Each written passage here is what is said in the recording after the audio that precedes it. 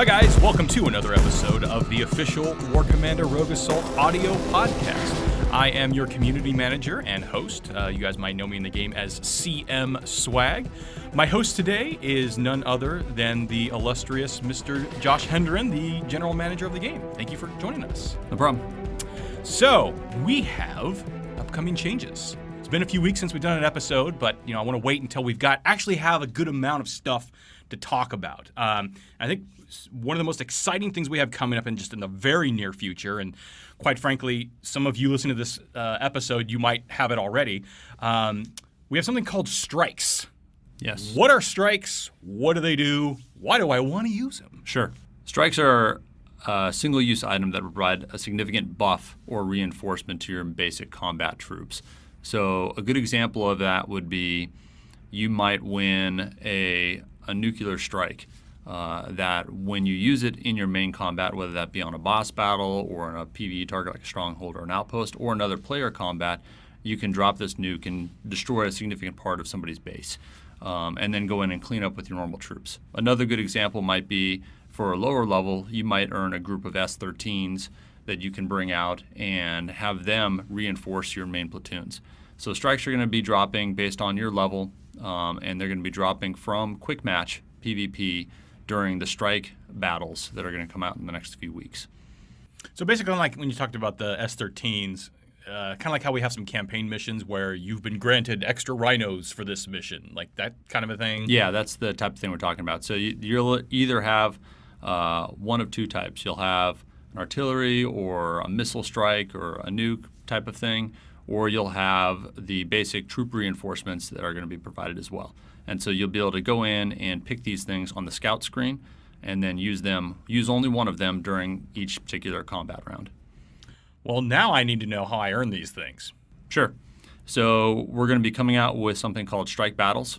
It's something we're going to be running at least once a week, and it'll be your opportunity to go and earn them. So you can earn them from doing your basic PvP incursion battles during that day. So when that day and the Strike Battles are live, you can go and earn them by just hitting other players and getting gold crates or silver crates or what have you. That's how you're going to earn the strikes. So they're in silver and gold crates. So it's a bit easier. Yeah, they are in silver and gold crates. Cool. So a little bit back there, you mentioned artillery. I know this. I don't need to ask you. We're actually going to be removing artillery forward operating bases from the game. So can you give us a little bit of insight into why that change is being made? Because that would be the first question I ask as a player. Well, why are you doing that? Sure. The main reason is we just didn't feel like there's a place for those in the game. Most of the forward operating bases that we have in the game are defensive structures, and they make sense as a defensive structure. But we felt like there was a much better place to have strikes in the game that could take over the position of the forward operating base, which is the artillery. We're leaving all the other FOBs as they are, but we're removing the artillery FOB because we wanted to really give you that opportunity to use something like artillery or missiles across the entirety of the game.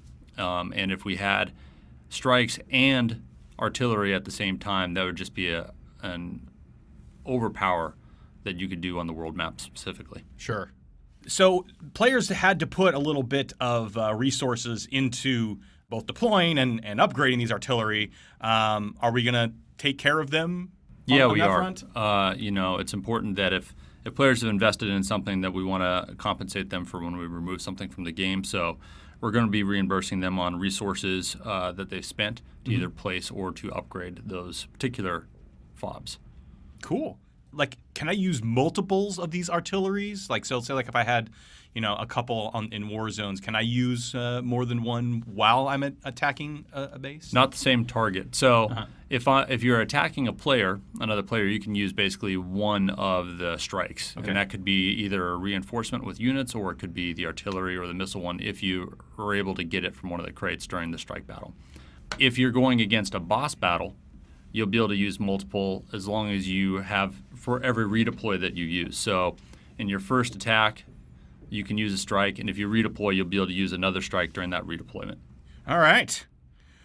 Moving on, something that I'm really interested to hear about. We are removing the requirement of using redeploy tokens to hit strongholds multiple times, and we're going back to oil. So seems like kind of an interesting change that we made that change, and now we're going back again. What was that based on? I mean, we put in redeployment tokens on strongholds. We thought that would be a better way to play with those PvE targets on the world map.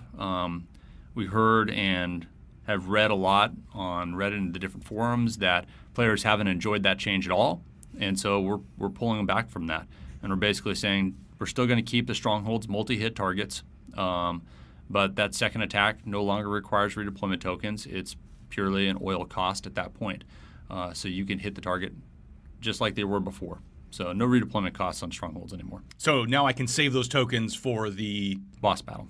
like La Muerte strongholds, and cool.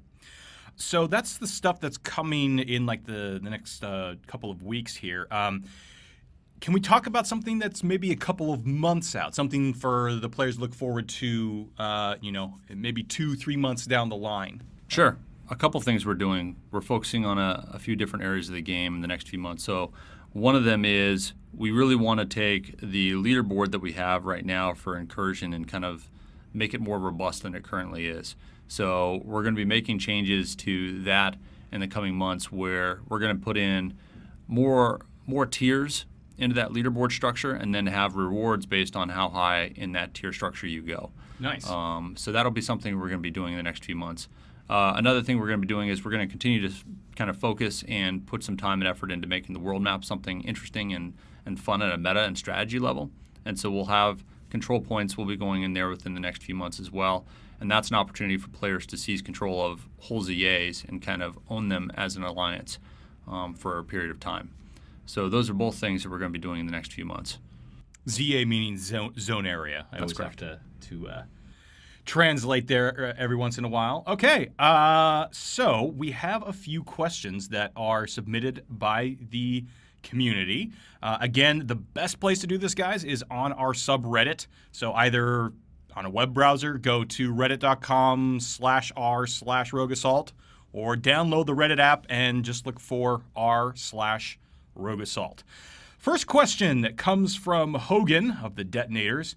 Will there be a Command Center 7 version of La Muerte Strongholds in the new Nador map?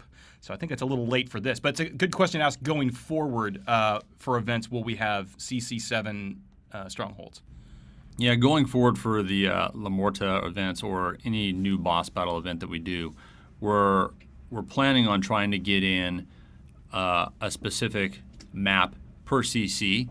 As opposed to what we have right now, which is basically a tiered structure of 3 maps that kind of split the difference between multiple CCs. Mm-hmm. So we definitely want to have a unique map for each of the CCs, and that's something we're going to be working towards. Hopefully we get that in for the next one. Great. Yeah, good question. Next one comes from Hannibal. I'll try and adapt this in my player voice. Think maybe it's time for a new theme? Surely you can add a new faction and boss base. La Muerte was good for the first few times, but it's getting old. Yeah. It is getting old, and we do plan on having new themes and new factions coming out relatively soon. So we should see a new faction coming in May, and that'll be the new introduction of that faction. Excellent. And the final question comes from Daniel Panfe. Panfe? I'm hoping, whatever. It's more of a comment. Humvees should be more effective against choppers, at least more effective than machine gunners, simply because the cannon gunners on Humvees are definitely more powerful than any gun infantry can carry. So he's playing the reality card, saying, like out in the field, I'm pretty sure a Humvee would trump a chopper more than infantry could. Any comment on that? Well, the only comment I'll make there is that we're constantly looking at the meta there for unit balance in the game, and we want to get that right. And so we'll be tweaking those things probably at least once a month, trying to be as minimal as possible on the changes that we make. Mm-hmm. But we want there to be a good balance from unit to unit combat, just like we want there to be a good balance between unit and turret combat in the game. So there's a decent chance that the Humvees versus the helicopters might get a pass. I I don't recall if that's on the docket for this next month, but there's a chance that might happen. Excellent. All right. Well, Josh, thank you so much. We want to do these not just to do them, but whenever you guys see a notification that there's a new episode, that there's going to be some pretty interesting content here, and give you guys some insights on what's coming up. So be sure to subscribe, whether that be iTunes or Podcast Addict or whatever service you want to do. And also, please leave us a review. We'd love to hear what you think of the show, especially on iTunes. Rate us, give us a review. We hope you think 5 stars, but if not, we will strive for that. Josh, again, thank you so much. No problem. And we'll see you guys next time.